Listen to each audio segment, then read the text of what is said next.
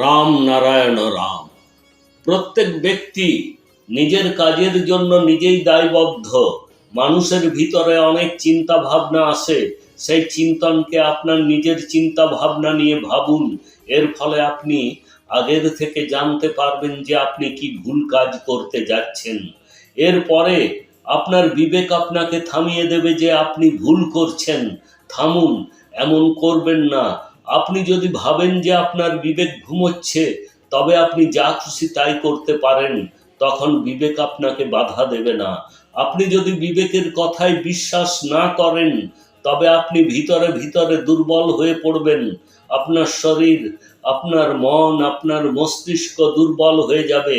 এরপরেও যদি আপনি বিবেকের কথা না শোনেন, তবে আপনি আপনার শরীর ছেড়ে চলে যাবেন। প্রতিটি মানুষের জন্ম থেকেই প্রকৃতিকে অনুসরণ করা উচিত। পৃথিবী আছে, তাই এখানে জীবন আছে। মানুষ এখানে কৃষিকাজ করেন, ঘর বাড়ি তৈরি করেন। সুতরাং প্রতিটি মানুষের চিন্তা করা উচিত সমস্যা কোথা থেকে আসে। পিতামাতারা যে সমস্যা ভোগ করেন, তাদের সন্তানদের ওপর একই সমস্যা চাপিয়ে দেয়। এরপরে তাদের মনে ভয় ঢুকিয়ে দেয় যে এটা করবে না, ওটা করবে না, যার ফলে সে কিছু করতে ভয় পায়, কোনো কিছুতে এগোতে পারে না। সে যেন একটি কারাগারে আবদ্ধ হয়ে পড়ে। যদি শিশুরা প্রকৃতির সাথে সংযুক্ত থাকে, তবে সে সব কিছু সম্পর্কে জ্ঞান পাবে। তাকে কারো কাছ থেকে কিছু জিজ্ঞাসা করার প্রয়োজন হবে না। মহাকাশের গুরুত্ব মানুষ কখন বুঝবে? প্রকৃতি সম্পর্কে কোনো অধ্যয়ন নেই। যদিও শিক্ষা থেকে থাকে, সেই শিক্ষা হৃদয় মন দিয়ে করে না। প্রকৃতি ও মহাকাশ আমাদের পিতা ও মাতা। মহাকাশের চিন্তা ভাবনা ছেড়ে আমরা পৃথিবীতে মনুষ্য সৃষ্ট বস্তু সম্পর্কে চিন্তা ভাবনা করি। প্রকৃতিতে যে ব্যবস্থা রয়েছে, সে ব্যবস্থা সম্পর্কে সমগ্র বিশ্বের মানুষকে একসাথে বসে চিন্তা ভাবনা করে সমাধান করা উচিত, যাতে প্রত্যেকের জন্য একটি ভালো প্রকৃতির সংবিধান থাকে। প্রকৃতিতে কোনো মালিকানা নেই। আজ সংবিধান, রাজনৈতিক দল সবই হলো মনুষ্য নির্মিত, ম্যানমেড। সমস্ত কিছু পৃথিবী থেকে দূর করতে হবে। আমি এখনো সবাইকে একসাথে নিয়ে চলি। আমি সবার সাথে কঠোর পরিশ্রম করে উপার্জন করি। আমি কখনো কারো কাছ থেকে কোনো টাকা নিইনি।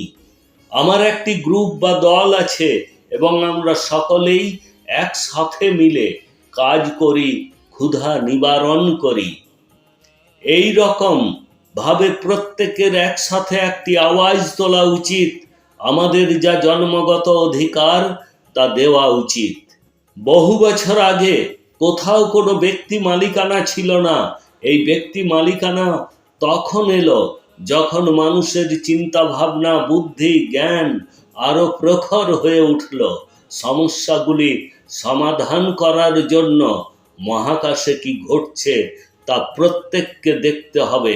সেখানেও একটি সংবিধান রয়েছে, যা দেখা দেয়, কথা বলে। এই সমস্ত কাজ এবং আলোচনা আমাদের বিবেকের মাধ্যমে হয়। এই বিষয়গুলি আমাদেরকে শুনতে হবে, বুঝতে হবে এবং পৃথিবীতে প্রয়োগ করা উচিত। এটা খুব গুরুত্বপূর্ণ যে আমাদের সকলেরই আত্মচিন্তন করা, অন্তর্মনের ও বিবেকের কথা শোনা। জীবনে যে কোনো কাজ করুন না কেন, আপনার বিবেক সর্বদা আপনাকে সঠিক নির্দেশিকা দেয়। তাই সর্বদা আপনার বিবেককে মান্যতা দিন। আপনার ভেতরে থাকা মনের কথা শুনুন। আজকের পরিবেশে প্রতিটি মানুষ শান্তির সন্ধানে, সুখের সন্ধানে রয়েছে, যা পাওয়ার জন্য এখানে ওখানে ঘুরে বেড়ায়। তবে আমরা ভুলে যাই যে এই সুখ এবং শান্তি আমাদের মধ্যেই রয়েছে। শুধু আপনাকে রামনারায়ণ রাম নামের সাথে যুক্ত হতে হবে। তারপরে আপনি দেখুন কিভাবে আপনারা সবাই জীবনে সুখ ও শান্তি অনুভব করবেন। আজকের পরিবেশে এটি খুবই গুরুত্বপূর্ণ যে রামনারায়ণ রাম নামের সাথে সংযুক্ত হওয়া, কারণ একমাত্র রামনারায়ণ রাম নামই আপনার জটিল জীবনকে সঠিক দিক নির্দেশনা দেওয়ার জন্য কাজ করে। যখন কোনো ব্যক্তি রামনারায়ণ রাম নামের সাথে যোগ দেয়, তখন জীবন একটি নতুন দিশা পায়। এই নতুন দিশা আমাদেরকে নতুন শক্তি দেয় এবং জীবনকে সফল করে তোলে।